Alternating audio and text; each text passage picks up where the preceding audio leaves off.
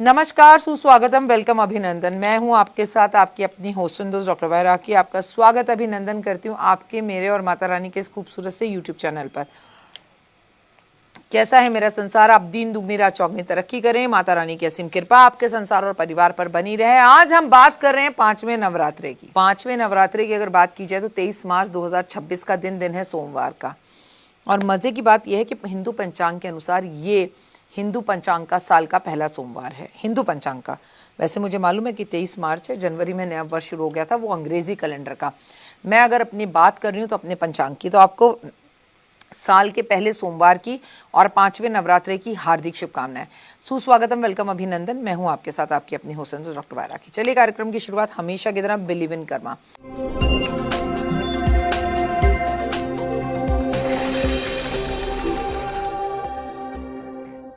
आपके जीवन में बाहर रहे और जिस तरह से ये शमा, जिस तरह से ये कैंडल, जिस तरह से दीपक यहाँ प्रज्वलित हैं, ऐसी बाहर आपके जीवन में सदैव रहे, रोशनी और प्रकाशित आपका जीवन रहे। एक माँ की बात कर रहे हैं और स्कंद माता की बात होती है तो तुरंत अपने बच्चे याद आ जाते हैं। आज का दिन खास केवल आपके लिए नहीं, आपकी औलाद के लिए भी है। तो आज हम जानेंगे कि चैत्र नवरात्रि के पांचवें दिन माँ की बात करें तो माँ के किस स्वरूप की बात करें। तो पांचवा नवरात्रा माँ स्कंद माता की पूजा की जाती है। आपको स्कंद माता की पूजा कैसे करनी है, उनका आशीर्वाद कैसे प्राप्त करना है, उन्हें क्या भोग लगाना है, अपने इस कार्यक्रम में मैं आपको सारी जानकारी दूंगी। तो कार्यक्रम को अंत तक जरूर देखिएगा, क्योंकि हिंदू पंचांग के अनुसार ये साल का पहला सोमवार है। तो क्या ऐसा हम इस सोमवार को कर सकते हैं जो हम आगे किसी भी सोमवार को कर सकते हैं, और शायद आगे ना भी कर पाएं, पर आज कर दें तो बेहद खास हो जाए। चलिए अपने इस कार्यक्रम की शुरुआत करते हैं। नवरात्रि के पांचवें दिन माँ दुर्गा के पांचवें स्वरूप यानी कि स्कंद माता की पूजा की जाती है।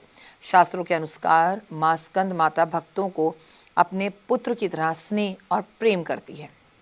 धार्मिक मान्यताओं के अनुसार माँ स्कंद माता की विधि विधान से पूजा अर्चना करने से सभी प्रकार की नकारात्मकता दूर होती है, और अगर आपको संतान प्राप्ति ना हो रही हो तो ये दिन आपके लिए बेहद खास हो जाता है, शक्तिशाली हो जाता है, शक्तियाँ आपको मिलती हैं और नकारात्मक शक्तियों से आपको मुक्ति मिलती है।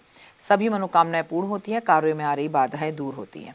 मैं आपको बता दूं, अगर आपका बच्चा भी है और वो किसी परेशानी से गुजर रहा है, उसे नौकरी नहीं मिल रही है, वो कोर्ट कचहरी के केस में फंसा हुआ है, कर्जे में फंसा हुआ है, तो भी आपको माता स्कंद की पूजा करनी चाहिए। पांचवा नवरात्रा कब करें पूजा, समय मैं आपको बता रही हूँ। 23 मार्च 2026 का दिन है सोमवार। माँ स्कंद माता के स्वरूप की पूजा। माँ स्कंद माता भगवान कार्तिकेय की माता है। इन्हें ममता और करुणा की देवी माना गया है। स्कंद माता की 4 भुजाएं हैं। इनके दाहिने तरफ के ऊपर वाली भुजा में भगवान स्कंद इनकी गोद में है और नीचे वाली भुजा में कमल पुष्प पकड़ा हुआ है। वहीं माँ के बाईं तरफ की ऊपरी भुजा में वर मुद्रा है और नीचे वाली भुजा में कमल का पुष्प है। स्कंद माता शेर पर सवार होती हैं। मैं बता दूं, माँ स्कंद की जो पूजा है, स्कंद मतलब होता है कार्तिकेय, तो आज के दिन हमें कार्तिकेय की पूजा भी जरूर करनी चाहिए। स्कंद माता की पूजा करने से के लिए सुबह सवेरे जल्दी उठे, साफ वस्त्र पहने, जो माँ का अपने घर में चौकी बिठाई है उस पर गंगा जल का से उस जगह को शुद्ध करें और माँ की प्रतिमा के सामने, माँ की मूर्ति के सामने रोली, कुमकुम, अक्षत, फूल, धूप अर्पित जरूर करें।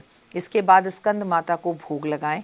माँ स्कंद माता के मंत्रों का जाप करें। आप हो सके दुर्गा सप्तशती, दुर्गा कवच जरूर पढ़ें। अंत में माँ की आरती करें और परिवार में प्रसाद बांटें। स्कंद माता को भोग में आपको क्या करना है? केले का भोग लगाया जाता है, हलवे का भोग लगाया जाता है, बेसन के लड्डुओं का भोग लगाया जाता है, खीर का भोग लगाया जाता है, पीली और सफ़ेद मिठाइयों का भोग लगाया जाता है। लेकिन ये कभी मत भूलेगा, स्कंद मतलब बच्चा, तो आज चॉकलेट टॉफ़ी का भोग भी ज़रूर लगाए। माँ को प्रसन्न करने के लिए, उनका आशीर्वाद प्राप्त करने के लिए आज केले और खीर का भोग लगाया जाता है। कई जगह पर केला डालकर खीर भी बनाई जाती है। सफ़ेद गाय के दूध की खीर, उसमें केला, वो माँ को बेहद पसंद है। स्कंद माता का प्रिय फूल की अगर बात की जाए तो कमल का फूल उन्हें बेहद पसंद है। स्कंद माता की 2 भुजाएं हैं और उसमें कमल का फूल विराजमान है, तो इसलिए कमल पुष्प अर्पण करें। नहीं मिले तो पीले रंग के कोई भी फूल या लाल गुलाब के फूल माँ को अर्पण आज के दिन जरूर करने चाहिए। स्कंद माता की पूजा करने से आपका जीवन बदलता है। संतान पर आ रही परेशानियाँ ठीक होती हैं। माँ स्कंद माता की पूजा करने से निरसंतान दाम्पत्य को संतान के सुख की प्राप्ति होती है, और अगर आपकी संतान किसी कष्ट में है तो वो कष्ट भी दूर होते हैं। माँ को आज आप मन से जो है याद करें, मानसिक शांति के लिए याद करें। आत्मबल, आत्मविश्वास बढ़ेगा, भौतिक सुख, समृद्धि, धन और ऐश्वर्य की प्राप्ति होगी। माँ स्कंद माता की पूजा से मन शुद्ध होता है और दिव्य तेज प्राप्त होता है और मन को वो सुकून मिलता है जो एक माँ को अपने बच्चे को गोद में बिठाकर मिलता है। माँ स्कंद की पूजा करने से त्वचा से जुड़े हुए, स्किन एलर्जी से जुड़ी हुई सारी बीमारियां दूर होती हैं। परिवार में सुख और समृद्धि आती है, धन, वैभव, यश बढ़ता है। सबसे बड़ी बात, अगर पैसा घर में रुक नहीं रहा तो पैसा घर में रुकना भी शुरू हो जाता है।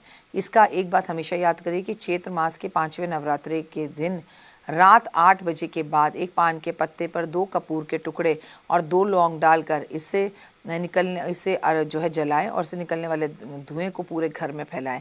माता शैलपुत्री घर में खुशहाली प्रदान करेगी।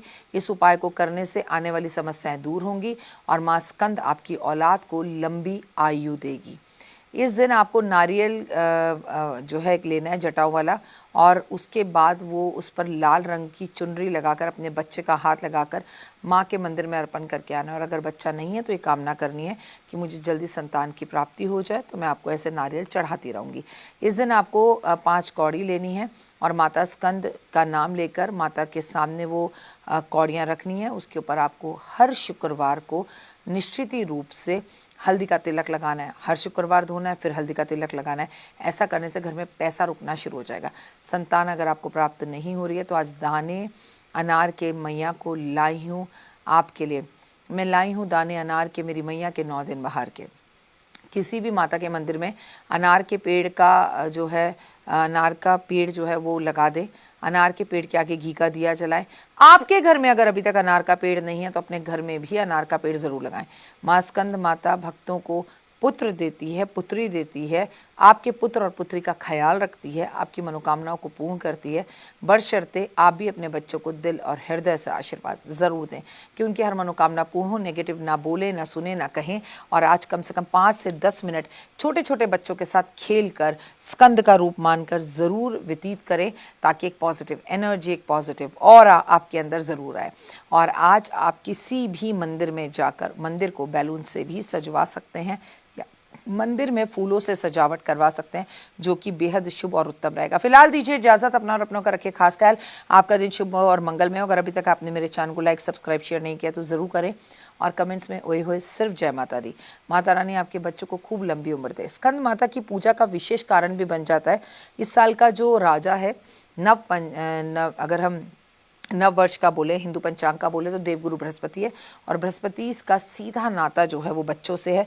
तो इस साल हमें बच्चों को लेके ऊट पटांग की खबरें, बच्चों ने सुसाइड कर लिया, बच्चों की बस गाड़ी जो है वो खाई में गिर गई, या बच्चों को लेके बच्चों ने पढ़ना छोड़ दिया, बच्चे जिद बहस कर रहे हैं, बच्चे ज़बान चला रहे हैं, बच्चे बुरी संगत में जा रहे हैं। लेकिन हम अगर स्कंद माता का नाम लेके अपने बच्चों के हाथ से एक नारियल अर्पण कर दें तो कोई अला या बला हमारे बच्चे को छू नहीं पाएगी और माता स्कंद स्वयं हमारे बच्चे को लंबी आयु और सद्बुद्धि देंगी। ओए होए जय माता दी।